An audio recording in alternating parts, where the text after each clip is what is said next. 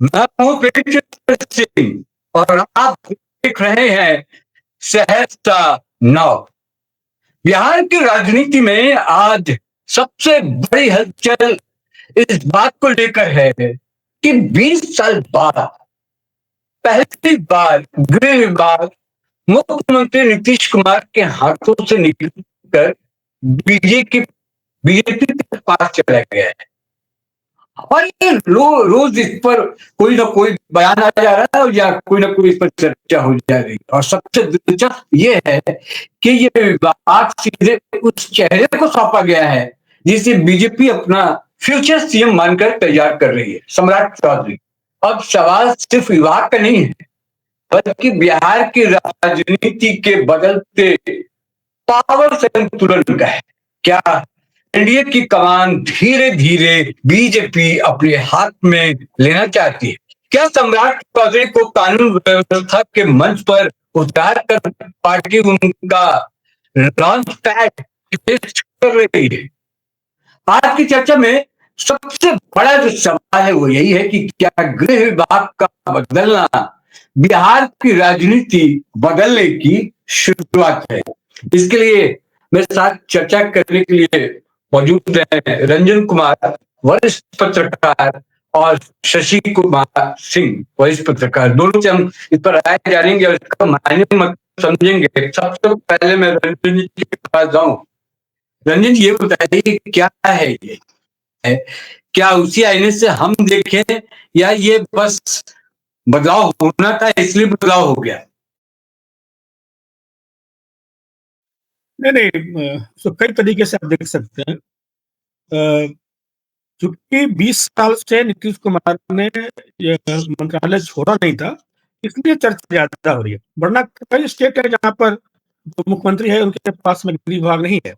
कर्नाटक में नहीं है, इसके पहले महाराष्ट्र में नहीं था, जब शिंदे से तब नहीं था। सो कई जगह पे है कि नहीं है। छत्तीसगढ़ में नहीं है, वहाँ विजय शर्मा जो उप मुख्यमंत्री वो है वहां पे। तो कई एग्जाम्पल है कि मुख्यमंत्री के पास में गृह मंत्री होना कोई जरूरी नहीं है। लेकिन चूंकि नीतीश कुमार ने 20 साल रह गई थी तब भी नहीं छोड़ा था, तो इस बार तो सिर्फ 4 सीटों का अंतर है तब छोड़ दिए। देखिए, इसके पीछे एक कारण है।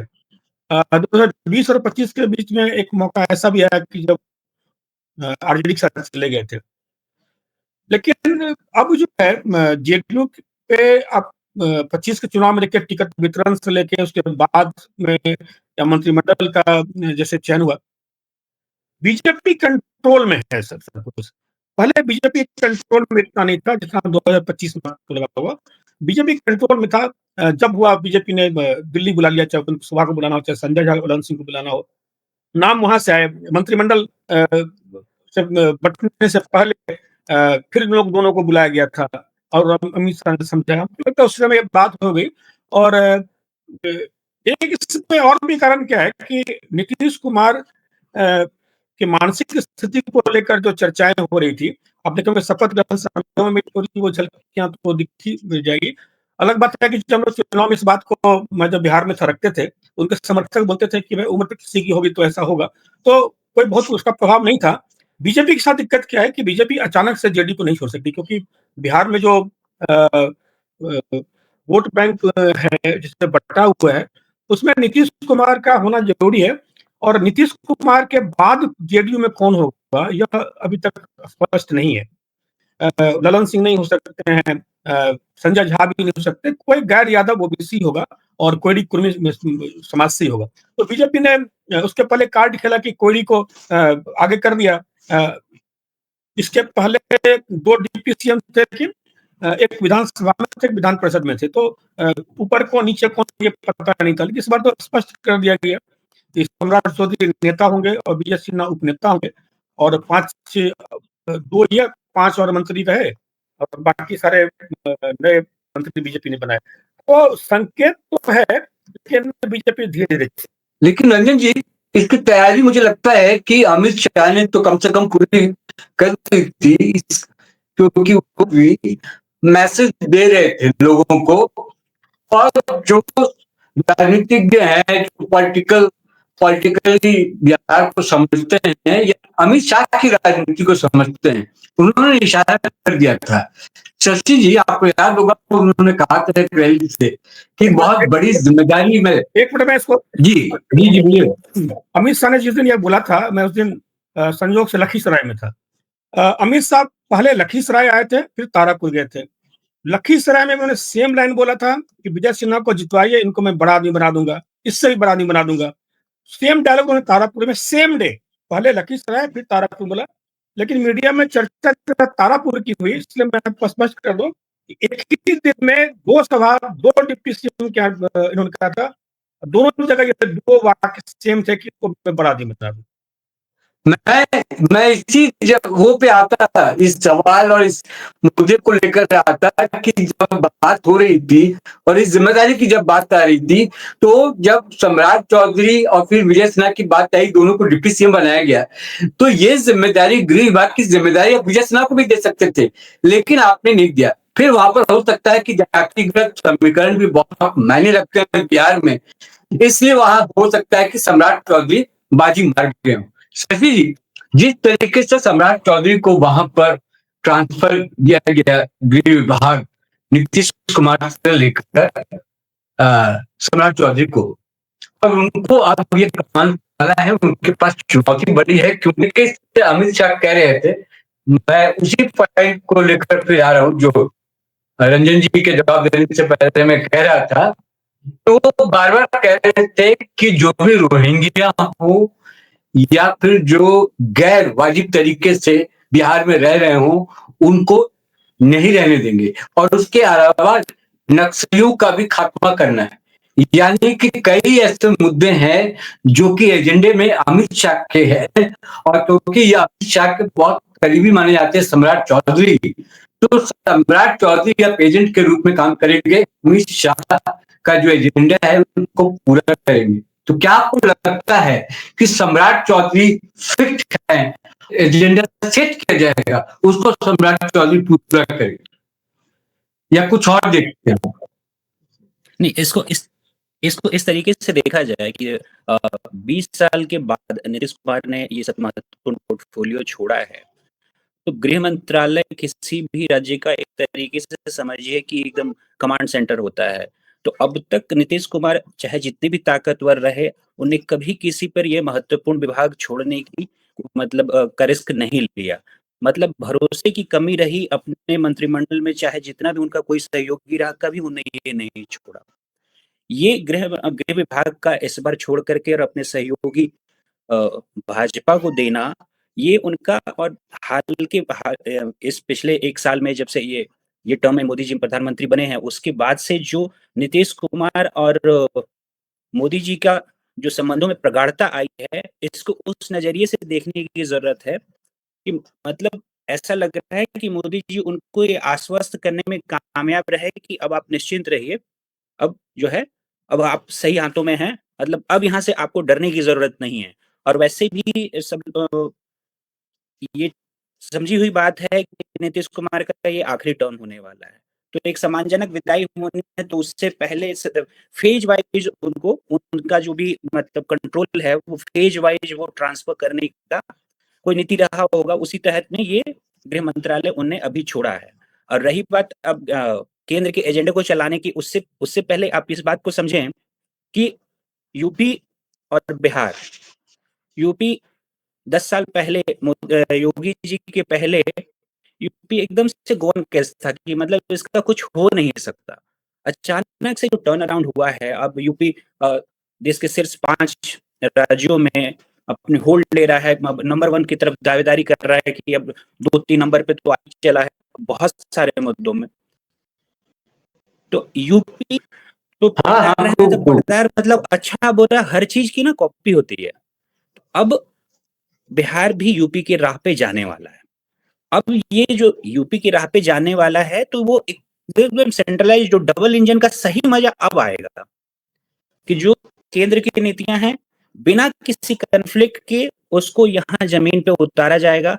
रही बात शक्ति दिखाने की, कई सारे मुद्दे हैं जिसमें अभी शक्ति दिखाने की जरूरत होगी इस विभाग को तो जिस तरीके से लॉ एंड ऑर्डर में योगी जी की सरकार ने या फिर वहाँ आसाम में हेमंत शर्मा के इस सरकार में जिस तरीके से गृह विभाग मजबूती दिखा, जैसे वरिष्ठ और अनुभवी जो मुख्यमंत्री हैं, तो उनके जिम्मे और भी दूसरे बड़े काम होंगे, क्योंकि मतलब अब इसको एक नए तरीके से ये टर्म जो है पिछले सारे टर्म से बिल्कुल उनका अलग होने वाला है। इस टर्म में वो लेगेसी बनाने की कोशिश करेंगे, तो उनको अपने कोर चीज में दिमाग लगाने के लिए उनको स्पेस चाहिए होगा, उनको बैंडविड्थ चाहिए होगा। तो ये लॉ एंड ऑर्डर को उनके हाथ से लेकर के उनको स्पेस दिया जा रहा है, मतलब क्या बोलते हैं, आइडिएट करने के लिए चीजों को, मतलब ठीक है, और सिर्फ नए जनरेशन को तैयार करने की जिम्मेदारी है उनकी। ठीक है। अब रही तो रंजन जी, आई थिंक सम्राट की, अब सम्राट की बात है, ये स्ट्रीट स्मार्ट नेता माने जाते हैं, और इस वक्त गृह विभाग में जिस तरह से टास्क हैं सामने जो करने हैं इन लोगों को, तो ये इनका टेस्टिंग है। यहाँ पर अगर सम्राट के पास बहुत बड़ा मौका है अपने आप को प्रूव करने का, वरना ये रिप्लेस भी किया जा सकते हैं। अगर इसमें जरा सा भी इन्हें कोताही की, जो टास्क इनको दिया जाएगा उसमें जरा सी भी कोताही की, तो ये इनका करियर ही खत्म हो जाएगा। तो ये इतनी बड़ी अपॉर्चुनिटी है कि मतलब या तो ग्रैब कर रहे तो खत्म हो जाएंगे। तो सम्राट के सामने ये चुनौती भी होगी और ये मौका भी हो। ठीक है। रंजन जी, ये बताइए कि अब आगे की राजनीति जो है, क्योंकि अभी कुछ कहने को है नहीं विपक्ष के बाद, इस मुद्दे को विपक्ष क्यों इतना उछाल रहा है, क्यों बार बार कोई ये कह रहा है कि नीतीश कुमार अब साइडलाइन हो जाएंगे, अब सरकार में उनकी उतनी नहीं चलेगी। हालांकि अरे भाई, गृह मंत्रालय पर हमने दिया है तो हमने ले भी तो लिया है।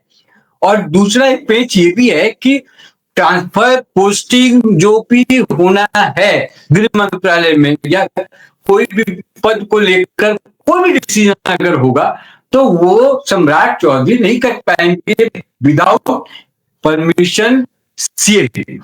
यानी कि सीएम के हाथ में सारी कुंजी है। तो इसको थोड़ा समझा सकते। देखिए, एक चर्चा है और सत्य भी है, क्योंकि हमने बिहार चुनाव के दौरान जिन लोगों से हमारी मुलाकात हुई, तो नीतीश कुमार कुछ लोगों के साथ ही घिरे रहते हैं, जो भी उनकी मानसिक स्थिति है या मेडिसिन पे जो भी है। और उस कारण से क्या होता है कि जो प्रशासनिक अधिकारी हैं, वो उन पे एक आरोप लगा कि ब्यूरोक्रेसी चला रहा है बिहार को। तो ये चर्चा वहां पे थी। अभी क्या हो गया है कि नीतीश कुमार, कुछ आरोप भी थे, कुछ लोगों को हटाया भी गया उसमें। लेकिन अब क्या है कि गृह विभाग लिया। आप देखे होंगे कि चुनाव के दौरान सम्राट चौधरी पे बहुत हमले हुए, खासकर प्रशांत किशोर ने जब किए थे, तो बीजेपी थोड़ा बैकफुट पे भी थी। और एक टाइम तो ऐसा है कि मंगल पांडे और जायसवाल जी तो अपने आप को बचा लिए, और सम्राट चौधरी भिड़ गए। उन्होंने कुछ टिप्पणी कर दी प्रशांत किशोर को लेकर, फिर प्रशांत इनके पीछे ही पड़ गए। तो सम्राट चौधरी उठपटांग उससे बातें बोली, या उनके 2-3 शब्द ऐसे जो निकले थे, तो वो चर्चा के विषय थे। तो बीजेपी भी संकट में थी। बीजेपी के लोग बोलने से डरते थे वहां पर। हम लोग कई एमएलए से या जो संगठन से जुड़े हुए लोग हैं उनसे बात करते थे, तो वो उनके लिए बहुत आसान नहीं था जवाब देना।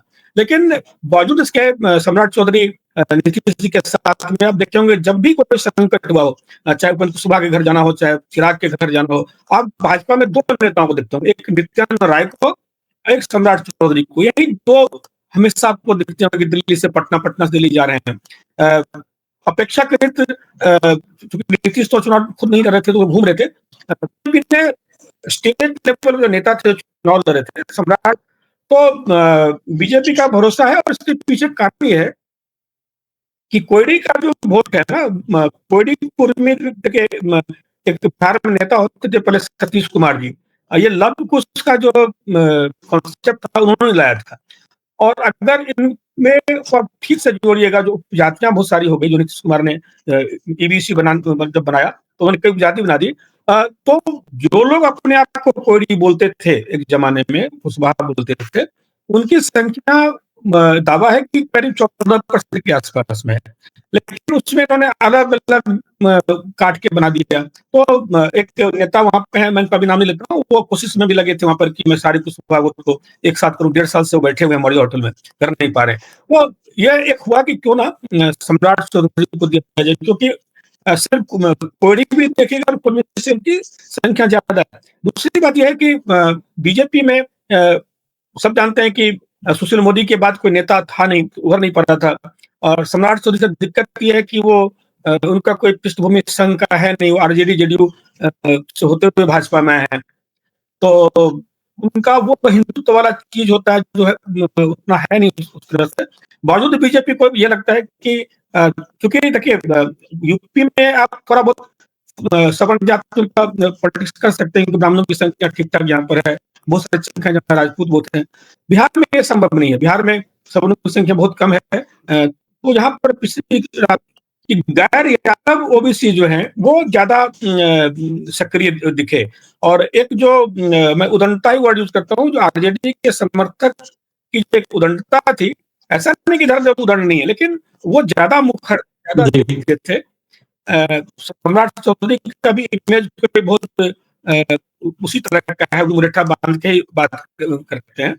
तो बीजेपी एक देख रही है, लेकिन मैं शशि भाई के बात से वाकिफ हूँ कि सम्राट चौधरी ने अभी तक कुछ ऐसा कुछ साबित नहीं किया है कि इतने बड़े पद पे उनको डाला जाए, बीजेपी उनपे खेले। लेकिन पॉलिटिक्स है, देखिए क्या होता है। शशि जी, ये भी बहुत बड़ी चुनौती होने वाली है सम्राट चौधरी के लिए, क्योंकि एक जो प्रशासनिक चुनौती इनके पास है वो तो है बतौर गृह मंत्री, लेकिन इसके अलावा राजनीति भी करनी है वहां। और वो राजनीति उनको करनी हो जो वादा समय किया था लोगों से, जो उन्होंने कमिटमेंट किया था कि भैया हम अगर अपने कमिटमेंट से फेल होते हैं, जेडीयू 25 से ऊपर आ जाती है तो मैं पॉलिटिक्स छोड़ दूंगा, हालांकि उन्होंने छोड़ा नहीं। और एक नया शिगुप्पा उन्होंने और छोड़ दिया कि उनसे मिलने के लिए आपको 1000 रुपया देना होगा, चंदा जुटा के ही दीजिए, आपको जो करना कीजिए, आप 1000 रुपये देंगे तो आपसे मिलेंगे, नहीं मिलेंगे। खैर यह है कि जो अपने गृह मंत्रालय के अलावा जो चुनौतियां होंगी सम्राट चौधरी के सामने, उससे वो कैसे निपटेंगे, क्योंकि इनके पास चुनौतियों का तो अंबार लगने वाला है। प्रशांत किशोर तो खैर चर्चा से बाहर हैं। अब वो तो सिलेक्शन के रिजल्ट के बाद अब उनको तो भूल ही जाइए, जिस तरीके से पिछले चुनाव में वो एक आई थी जो नकाब एक्टिव हो रहे हैं धीरे-धीरे। वो अभी उनको समय लगेगा। अब ये शुरुआत इनकी ठीक-ठाक, अब ये जो होगी ये इनकी शुरुआत होगी। अगर टिकते हैं 5 साल तक बाजार में दिखे, मतलब माहौल में रहेंगे, तब इनकी राजनीति शुरू होगी। ये मतलब फ्लैश मॉब जैसा था, इन्हें भीड़ जुटाई और गायब हो गई, खत्म। तो इनकी राजनीति अभी ये इस सांघिक है। रही बात इनकी चुनौतियों की, तो ये अगर आप हाल फिलहाल के बीजेपी में जहाँ भी जीतते हैं वहाँ नेताओं के चुनाव का जो तरीका है हमेशा से चौंकाने वाला है। जिसको आप नहीं सोचेंगे उन्हीं को वो आगे कर देंगे और वो आपको साबित भी कर देते हैं और काफी अच्छा परफॉर्मेंस भी निकल के आ जाता है। तो उसी तरीके से उम्मीद की जानी चाहिए कि सम्राट भी उम्मीदों पे खरा उतरेंगे। और इसलिए भी कि ये लोग मतलब बैकिंग इनकी तगड़ी रहती है। अगर किसी पे भरोसा जताया है केंद्रीय नेतृत्व ने भाजपा का, तो उसको पूरी तरीके से वो सपोर्ट भी देते हैं। तो वो सपोर्ट इनको भी मिलने वाला है। अब बस यह है कि ये और नीतीश कुमार को डिस्टर्ब नहीं, नीतीश कुमार को गार्जियन की तरीके से उनको ट्रीट करके उनके अंडर में ही काम करना होगा। भले गृह मंत्रालय मिल गया तो भी कुछ नहीं। आज के डेट में इस पूरे मंत्रालय में सुशील मोदी के जाने के बाद कोई ऐसा चेहरा नहीं है जो नीतीश कुमार से बराबरी में बात कर सके। यहाँ तक कि अमित मतलब सिर्फ नरेंद्र मोदी ही इकलौते शख्स हैं जो नीतीश कुमार से बराबरी में बात कर सकते हैं। तो यहाँ इस मंत्रिमंडल में सबको उनको गार्जियन की भूमिका में ही रखनी होगी, उनसे राय लेके ही सब कुछ करना होगा।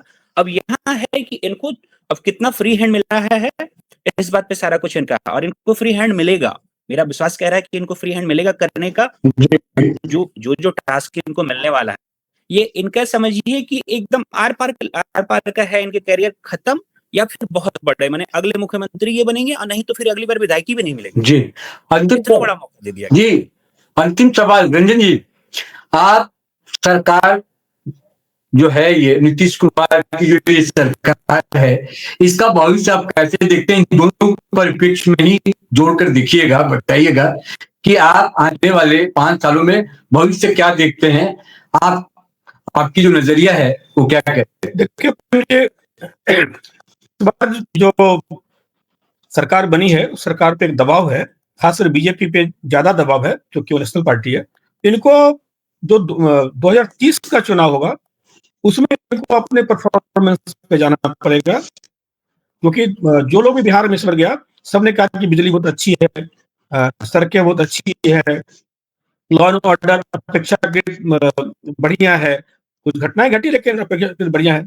लेकिन एक जो पलायन और बेरोजगारी जो वहाँ पे है, देखिए सर्विस सेक्टर के कारण तो कुछ नौकरी वहाँ पर भी, चूंकि अब ओला चलता है, उबर चलता है, लोग जेप्टो से खाना ये सामान मंगाते हैं, तो वो तो नौकरियां मिल रही हैं, 15,000 20,000 की नौकरियां तो मिल जा रही है।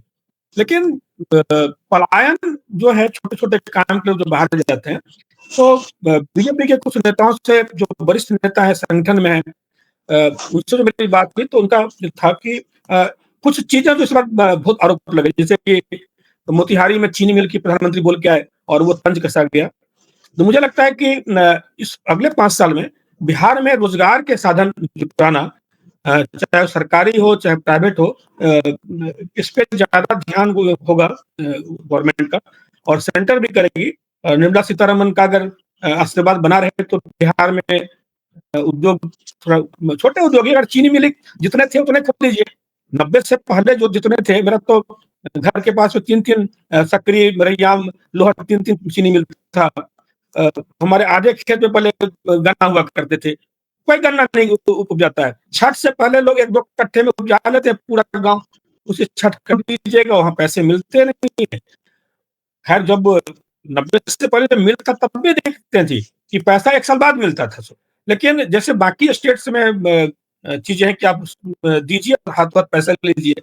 अगर ये परिस्थिति बिहार में हो जाए तो फिर तो कल्याण हो जाएगा। और उतना नहीं तो कम से कम जो नीतीश कुमार का पहला कार्यकाल जो था, वो कार्यकाल इतना बढ़िया था, अगर वही कार्यकाल आ जाए तो बिहार का कल्याण हो जाएगा।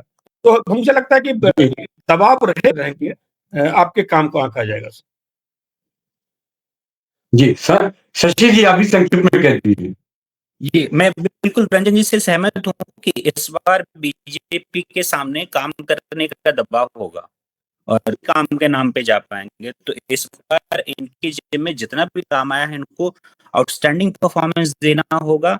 और सबसे बड़ी चुनौती तो बिहार में रोजगार को लेकर के है। अगर इस समस्या का ये अगर हल निकाल लेते हैं तो फिर इनके लिए बहुत अच्छा होगा। यहाँ चूकेंगे तो फिर अगली बार इनको मुसीबत होने यानी कुल मिलाकर कयास ये भी लग रहे हैं कि बिहार में एनडीए की कमान बीजेपी अपने हिस्सा गृह विभाग देना सिर्फ एक मंत्रालय नहीं बल्कि एक राजनीतिक मैसेज है। आने वाले महीनों में बिहार की सबसे बड़ी खबर होगी कानून व्यवस्था का रिजल्ट, यानी कि जो काम उनको दिया गया है वो किस तरीके से कर रहे हैं। जो शशि जी ने कहा, मैं उसी बात को दोहरा रहा हूं कि आपको एक मौका दिया गया, अगर उस मौके को आप सही तरीके से नहीं कर तो फिर आपको पूछा भी जाएगा, और नहीं कर गृह विभाग तो वो ताज है जो जहां कई नेताओं को चमका भी देता है, वहीं कई का तो पूरा करियर दांव पर लगा देता है। नीतीश कुमार 10 बार मुख्यमंत्री बनवाने में इसी विभाग की क्लीन इमेज की एक बड़ी भूमिका थी। यानी कि जब वो मुख्यमंत्री बने तो वो लॉ एंड ऑर्डर वाला जो बिहार में है ना, जंगल राज से जोड़कर देखेंगे आप, तो बहुत एक बड़ा एक पॉजिटिव चीज है, बहुत अच्छा हो गया, जंगल राज खत्म हो गया। और उसी जंगल राज को पीएम पूरे चुनाव में बोलते रहे, कहते रहे, और उसका भी सामने आया। अब वही बात जब बीजेपी के पास है तो पूरा बिहार बस एक चीज नजर रखेगा, क्या सम्राट चौधरी इस ताज को संभाल कर उभरते हैं या ताज ही सबसे बड़ी परीक्षा बन जाएगा। इतना तय है, बिहार की राजनीति अब पहले जैसी नहीं रहने वाली। शशि जी, रंजन जी, आप दोनों जुड़े, दोनों वरिष्ठ पत्रकार हैं और वरिष्ठ कहने के लिए नहीं, और अपने जानकारी के मुताबिक भी, अपने विचार से भी वरिष्ठ हैं। आप जुड़े और इस शो को, जो कहते हैं ना, कंटेंट देना सही मायने में, वो आपने दिया। उम्मीद करेंगे कि आप जल्दी फिर जुड़ेंगे और किसी और